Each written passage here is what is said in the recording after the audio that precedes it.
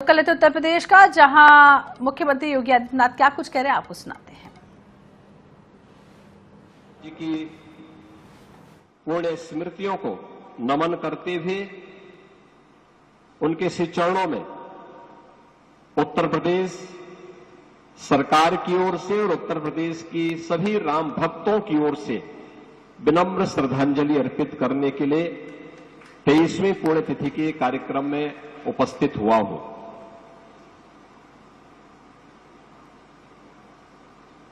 हम सब जानते हैं पूज्य परमहंस रामचंद्र दास जी महाराज के बारे में।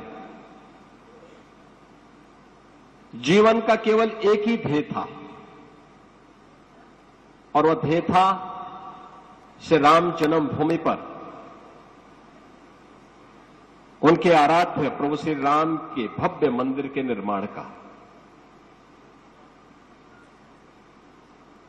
गोरक्षपीठ से उनका संबंध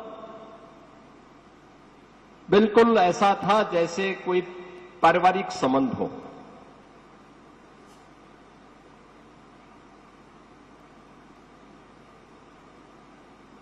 और वही सानिध्य लंबे समय तक उनका, अंतिम समय तक उनका मिलता रहा।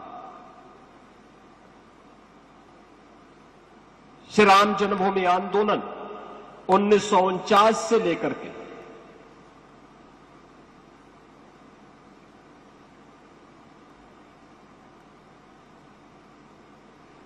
जब तक उनका भौतिक शरीर था तब तक कोई ऐसा वर्ष नहीं और कोई ऐसी घटना नहीं जिसमें उनकी प्रत्यक्ष भागीदारी न रही हो। श्री राम जन्मभूमि आंदोलन के लिए उनका पूरा जीवन समर्पित था।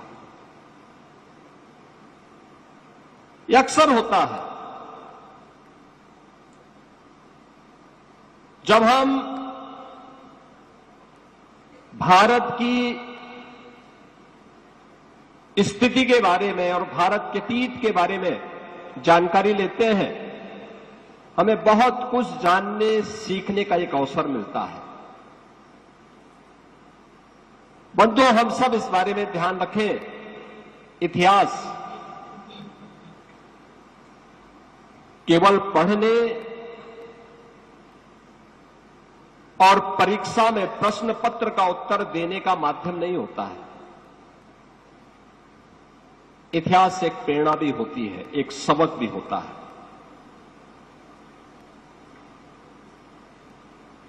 इतिहास के अतीत के गौरवशाली क्षणों पर गौरव की अनुभूति होती है, गर्व की अनुभूति होती है। वह हमें आगे बढ़ने की प्रेरणा देती है। लेकिन अतीत की गलतियां हमारे सामने इतिहास के रूप में परिमार्जन का एक माध्यम भी हम सब के लिए होता है। जब भी हम उसकी अनदेखी करते हैं, इसका मतलब हम अतीत के उन गलतियों को दोहराने का फिर से प्रयास कर रहे हैं। ये देश गुलाम क्यों हुआ?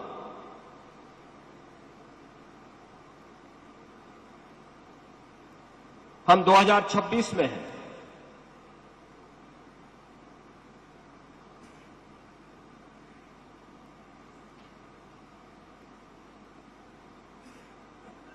(1526) में, आज से 500 वर्ष पहले, आज का जो संभल है,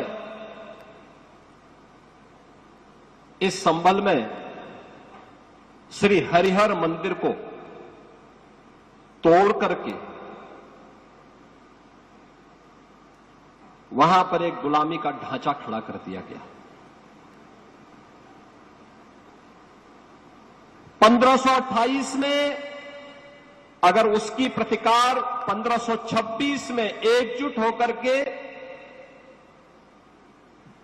संभल में हुई होती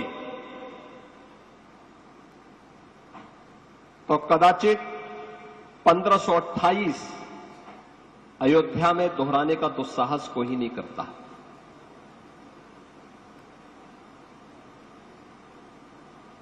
यानी मात्र 2 वर्ष के बाद अयोध्या में श्री राम जन्मभूमि पर प्रभु श्री राम के मंदिर को क्षतिग्रस्त करके सनातन धर्मावलंबियों को अपमानित करते हुए एक गुलामी का ढांचा खड़ा किया गया।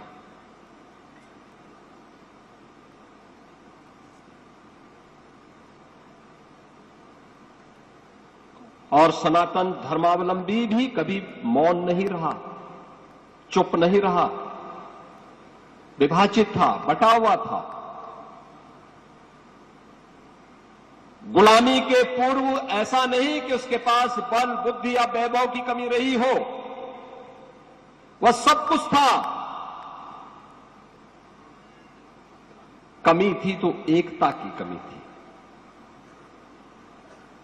एक दिशा में, एक स्वर में, एक साथ चलने की कमी थी।